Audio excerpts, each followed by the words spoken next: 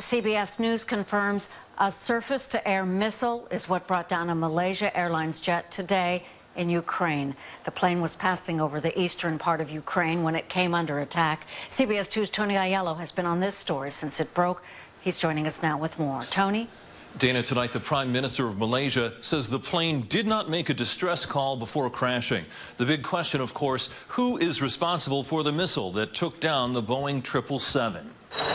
Amateur video captured the distant flash of an explosion and then a plume of smoke rising into the sky of eastern Ukraine.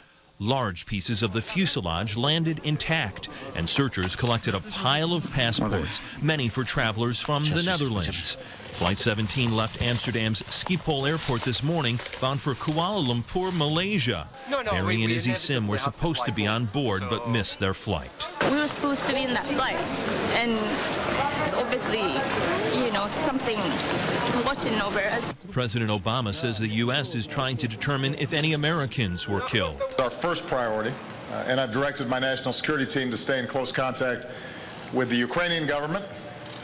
The United States will offer any assistance we can to help determine what happened and why. The plane crashed in a disputed region that's seen fighting between government forces and Russian-supported rebels. Ukrainian officials accuse the rebels of using surface-to-air missiles to down the flight.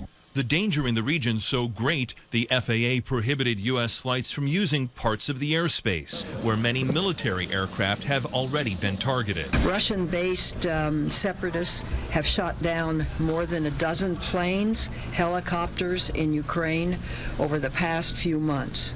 It's too soon to make any conclusion about the Malaysian Airlines crash right now. So who fired the missile? Denials all around tonight from Russia, from the rebels it supports, and from the Ukraine government. There are calls tonight for a ceasefire in that disputed region so recovery teams and investigators can reach the crash site.